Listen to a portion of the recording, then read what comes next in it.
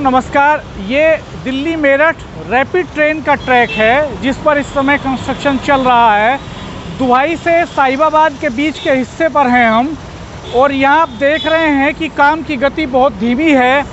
चूँकि मेरठ दिल्ली एक्सप्रेसवे पर बड़ी संख्या में मज़दूर कोरोना पॉजिटिव हो गए थे, उसके बाद दिल्ली मेरठ रैपिड ट्रेन के प्रोजेक्ट पर भी 50 से ज़्यादा मज़दूरों को कोरोना पॉजिटिव पाया गया है। उन सबको क्वारंटीन किया गया है, अस्पताल में उनका इलाज चल रहा है। और कल वसुंधरा कास्टिंग यार्ड में एनसीआरटीसी ने मज़दूरों को ये ट्रेनिंग भी दी थी कि वो कैसे काम करें, कैसे सोशल डिस्टेंसिंग मेंटेन करें, कैसे कोरोना से बचाव करें। और इस पूरी एक्सरसाइज के बाद आज हम यहाँ पर देख रहे हैं कि मज़दूरों की संख्या घटाई गई है। काफ़ी कम संख्या में मज़दूर इस समय काम कर रहे हैं, सोशल डिस्टेंसिंग मेंटेन की जा रही है।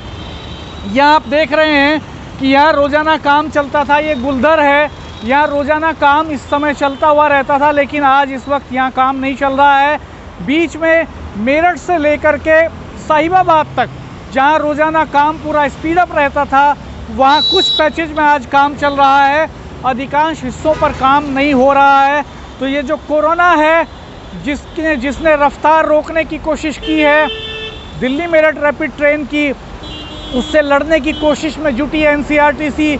अभी तक हमने देखा कि दिल्ली मेरठ एक्सप्रेसवे को बुरी तरह प्रभावित किया है कोरोना ने। उनके 100 से ज़्यादा मज़दूरों को क्वारंटीन करना पड़ा। काम की रफ्तार वहाँ बहुत ही धीमी है, इस समय काम रुका हुआ है।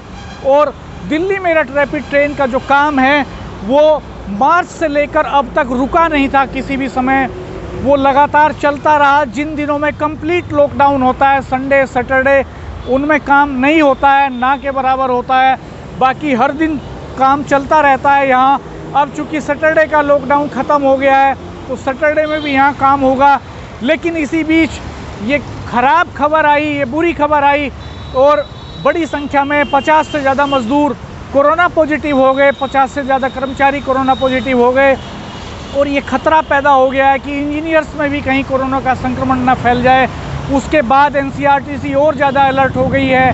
लगातार हैंड सैनिटाइज़र, मास्क यूज़ करने के लिए कहा जा रहा है। लेकिन ये काम ऐसा है कि इसमें सारे पैरामीटर्स का पालन करना बड़ा मुश्किल है, उससे काम की रफ्तार प्रभावित होती है। चूँकि सोशल डिस्टेंसिंग मेंटेन करना बड़ा टफ है। कई ऐसे काम हैं जिनमें इकट्ठा कुछ मज़दूरों को एक साथ काम करना पड़ता है, कुछ ऐसे वज़न उठाने होते हैं, कुछ ऐसे टेक्निकल काम हैं जो टीम करती है तो उनको करीब आना होता है। ऐसे में वो मास्क लगाए रहें, ये हर समय मास्क लगाए रहें, ये भी बहुत संभव नहीं है। सैनिटाइज़र हर वक्त यूज़ करते रहें, ये भी मुश्किल है। तो ये प्रभावित कर रहा है कोरोना इस बड़े प्रोजेक्ट को भी इस समय। और हम ये उम्मीद करेंगे कि जिस तरह से एनसीआरटीसी एक बेहतर एजेंसी है, वो लगातार लड़ती है सारी चीज़ों से, लगातार उसका प्रदर्शन पिछले हमने देखा है 1 साल के पीरियड में बहुत ही शानदार रहा है। बहुत ही बेहतरीन मैनेजमेंट है उनका यहाँ, बहुत ही बेहतरीन तरीके से वो इस प्रोजेक्ट को लेकर के चल रहे हैं। तो हम ये उम्मीद करेंगे कि वो अपने एम्प्लॉयज़ को, अपने कर्मचारियों को कोरोना के संक्रमण से बचाने में सक्षम होगी और बहुत जल्द ये काम स्पीड अप होगा, अपनी पुरानी रफ्तार पर लौटेगा। दुहाई से साहिबाबाद तक इस ट्रैक को 2022 तक पूरा करने की तैयारी है। 2023 में इस पर ट्रेन चलाने का लक्ष्य रखा गया है।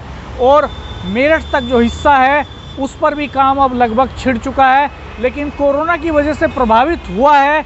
और इस वजह से जो बीच में मोदी नगर में, मोहिद्दीनपुर में, मुरादनगर में जो सड़क का चौड़ीकरण का काम होना था वो भी प्रभावित हो गया है। पहले बारिश ने प्रभावित किया, अब कोरोना की मार आ पड़ी है। तो ऐसे में बड़ी चुनौती हो गई है एनसीआरटीसी के सामने भी कि वो विदिन टाइम इस प्रोजेक्ट को कैसे पूरा करेगी, कैसे उसको आने वाले समय में एक्स्ट्रा मैन पावर मैनेज करनी होगी, कैसे एक्स्ट्रा टेक्नोलॉजी का इस्तेमाल करना होगा। ये सब चीज़ें देखने वाली होंगी। तो कोरोना चूँकि पूरी दुनिया को प्रभावित कर रहा है, तो हमारे एनसीआर और वेस्टर्न यूपी के सबसे शानदार प्रोजेक्ट को भी प्रभावित किया है। हम आपको रियल अपडेट्स देते रहेंगे ग्राउंड से। हमारे चैनल को सब्सक्राइब कीजिए, बेल आइकन प्रेस कर दीजिए। अगले अपडेट के साथ हम जल्द हाजिर होंगे। अपना ख्याल रखिए। नमस्कार।